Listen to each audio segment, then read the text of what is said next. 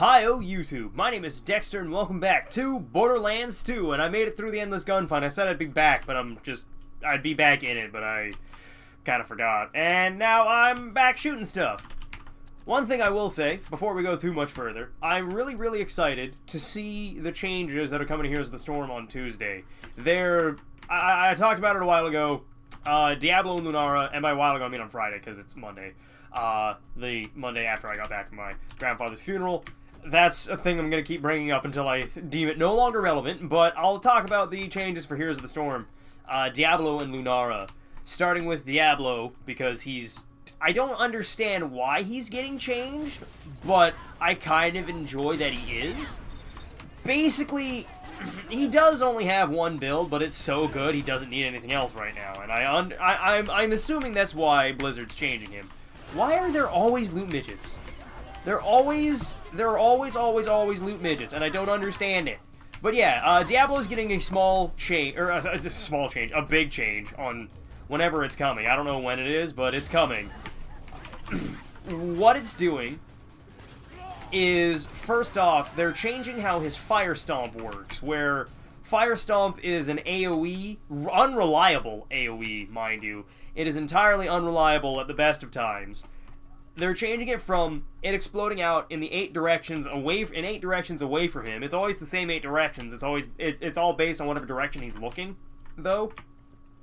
So it's hilariously unreliable at long ranges because you got a tiny fireball that probably won't hit anything at max range unless they're stunned for 9 hours. The other things that are changing, hey, who are you? Oh, you're Mortar. Okay, hey, Mortar, I thought I'd have to bring you down. I didn't realize you were a rat. I'm not entirely certain why a rat is a pilot, but okay. But yeah, they're changing Fire Stomp to be in a cone in front of him instead of the 8 balls of fire around him. It's now 5 in a cone in front of him that'll travel out and come back. When they come back, they do triple damage and heal for any damage that they deal. I don't understand a part of it that they said. It was that they're like a shotgun. I don't know if enemies can be hit by multiple fireballs at the same time now. That's how Diablo used to work when Diablo was first introduced to Heroes of the Storm. I never played it, but I heard a lot about it. But when Diablo first came out, the popular build at level 20 was just take Bolt of the Storm, because Diablo had that. You'd Fire Stomp on people, bolt in on them, suplex them, and then headbutt them into the fire, because they could take damage from multiple sources, or multiple fireballs, instead of just one. But they're also giving him a complete talent rework now, that I understand it's because he only really has one build, but the one build is so stupid simple to use, it works on everything. But, the one that I'm kind of most impressed by is, I think that was called Eternal Flame? I'm not entirely certain the exact name of it. But the way it works is... Oh, no. Eternal Flame's a quest. He now gets 2 quests at level 4. He can choose between 2 quests at level 4 to basically get him more souls for doing things that he should already be doing. It just helps with getting souls, stacking them up easier. So it's a quality of life buff in general because he's now able to heal himself and he's able to generate souls beyond just I need 100 minion kills or 10 hero kills or any combination of the two. Anyways, the one talent I'm really looking forward to, I forget what it's called. The way it works is every time you stun something with either a headbutt or your suplex, you will refresh the cooldown of Fire Stomp. So you can Fire Stomp, headbutt into somebody, Fire Stomp again, suplex that person, Fire Stomp them a 3rd time, and if the talent for the... Oh, cool, thanks, Death Trap. And if the talent that allows you to get more, or I forget what exactly it's called. If the talent that allows suplex to reset the shadow charge, or the headbutt, if the suplex resets the headbutt talent is still there, you can be able to get 5 Fire Stomps out back to back to back, pretty much. And like, Fire Stomp will now be healing you for all the damage it deals. Which I am thoroughly looking forward to, because, like I said, that's something that I've thought Diablo should have since the start. Like, I understand that not every tank needs to be self-reliant, but Diablo really just kind of... Diablo's the kind of guy that basically, like, you'd think he should have it. The only self-sustained talent that he got for a while at level 1 was at level 1, and it's really inconsequential. It's Life Leech, and you deal 1% of a target's maximum health and heal for the same amount of damage that you deal. That's what the talent level 1 did, and nobody took it because it was bad. Can I actually hit that? Nope, I can't. Okay, cool. Well, I die then. Excellent. Okay, just hold E to give up. Lunara, on the other hand, is the other talent rework that's coming, and she's not really getting much of a rework. She's just getting a couple quality of life changes. She is getting, like, 2 or 3 talents that are new. I am at the bottom of the tower. Holy shit. Okay. She's getting a couple talents that are new, and she's getting a rework on a couple of her older talents because the community agreed that they probably should have just been baseline. But, alright, yeah, I'm not immune to my own corrosive grenade. Right. I forgot about that. But, yeah, one talent that Lunara is getting changed that I think should have just been from the get-go was, like, as soon as Lunara was launched, this should have been the part of the talent. She has one called, I think, Rampant Growth or something like that. She gets health regen if she's poisoned an enemy. I always thought it should be if you can stack it, I always thought it should increase her health regen if you get more stacks on a hero, and that's what they're doing now, even though it's like a year late. But the first part still exists. Excuse me, I burped. The first part still exists. If you can poison anything, you'll get 11 health. At level 4, it comes at level 4, so level 4, you'll get 11 health back per second. If you can keep 3 stacks on a hero, it'll give you, I think, 33? Or maybe it was just 22. I don't remember. I don't remember if it doubled or tripled the value that you healed for. But it has to be on a hero. And I thought that should have been baseline. Because it... There we go. Nailed it. I've always liked the talent, but she really... It just sucked. I like the idea of being able to sustain, but like, Lunara's sustain just sucked. She didn't have any. Because 11 health a second doesn't do you a lot of good when enemies deal somewhere in the ballpark. Hey, I could go to Mordecai's campsite. Yeah, 11 health a second doesn't do you any good when enemies keep you, or can deal like 100 damage in an auto attack and get 1 every second. It's not a good trade. It really isn't. There's no reason to do it. My boys are coming in. Excuse me. But yeah, I'm excited to see both of them get reworked. I don't understand why Diablo needed one, though. I really don't. Diablo is currently, at the time of my recording this, Diablo is currently one of, if not the strongest hero in the game. Because like I said before I went on this huge tangent, what he does is so simple, it's nearly impossible to fuck it up, and is so brutally strong that there's no way to deal with it. Jump off the east end of the tower if you want to get back to the fast travel station in the quickest and badassest way possible. Oh, hell yeah, I'm gonna jump off the tower. I believe... Yeah, north... Yeah, this is east. I'm gonna do you proud, Brick. Woo! Did you just jump off the buzzard's nest? God damn, you make me proud. Hell yeah! But yeah, that's... I have more to say about Lunaro... yeah, Lunaro. I've been thinking about Warframe too much. I have more to say about Diablo than I do about Lunara, because Lunara's talent rework just kind of, like, I don't want to say it should have been baseline, but it definitely should have been a lot earlier than this. Lunara's been in the game for, I think, the better part of, or just under 2 years now, and it should have been part of the game already, but it's not. So we're going to the dust. Alright, yeah, because I have to get to other places. Where exactly... Okay, yeah, I'm just going all the way across. Gotcha. There wasn't a fast... I didn't hit a fast travel station in the... whatever it's called, the Iridium Blight? I thought I did. Okay. Well, that kind of sucks for me, but yeah. I'm excited for tomorrow. Or at least I think it's coming tomorrow. The other part is that they're releasing a bunch of, like, Dia de los Muertos skins and, like, Luchador skins. And everybody at first thought, and by everybody I mean the HOTS community, everybody at first thought it was going to be, like, Sombra announcement trailer. Or, like, Sombra teaser. Because Sombra's Mexican, Luchadors are Mexican, everything about the... everything about the... How do I look backwards? Oh, there we go. That's how. Back mouse button. Gotcha. Roger, roger. But yeah, everybody was thinking that...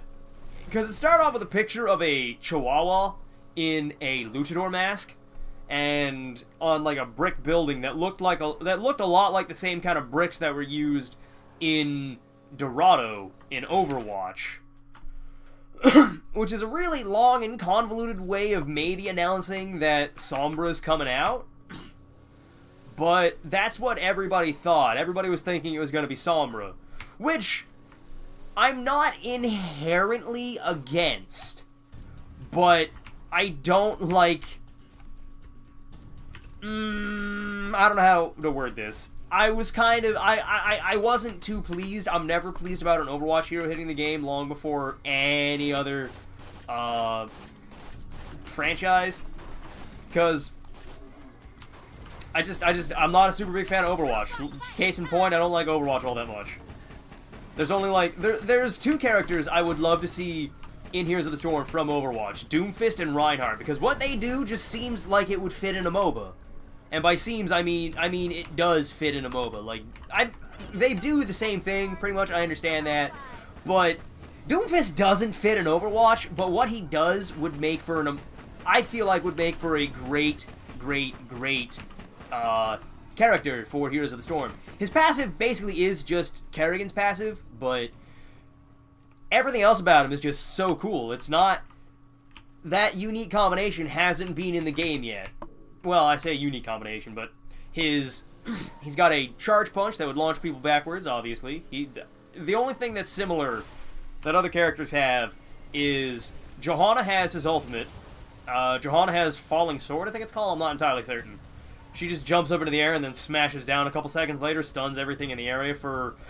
It's not, like, I hesitate to even call it a stun. It stuns them for 0.2 seconds. It's ridiculous, but... Doomfist basically does... Doomfist's Meteor Strike is basically just Falling Sword. And his passive is just Kerrigan's passive. But I would love to see Doomfist in Heroes of the Storm. I would love it, I would adore it, I'd play him all the fucking time. Because Doomfist, far and away, is my favorite character in Overwatch. I know he sucks, I know he's terrible, I know he's shit, but I still like him. Because he's the most unique character out of all of them. There are a couple things I'd like to change about him. Namely being... Okay.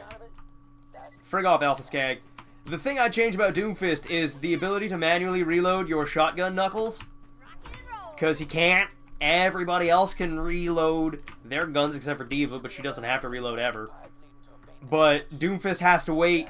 It's not a long time, but I'd still like to be able to manually reload them. Because he's only got 4 shots, and they take, like, I think, half a second to reload, or maybe 0.75 seconds to reload. I don't know for certain. I don't really pay attention at all to Overwatch. But I would love to see Doomfist. I just want Doomfist in Heroes of the Storm. I think he'd be a phenomenal... I think it'd be... Well, not phenomenal, but I think his design for the game makes a lot more sense in a MOBA than it does in a first-person shooter. Well, oh, right, yeah. Oh, right, I just gotta climb up. Right.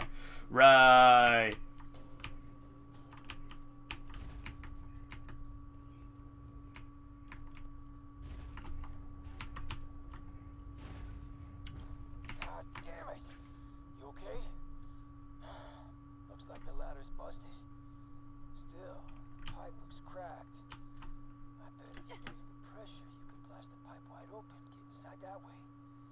Yeah. Head to one of the pumping stations.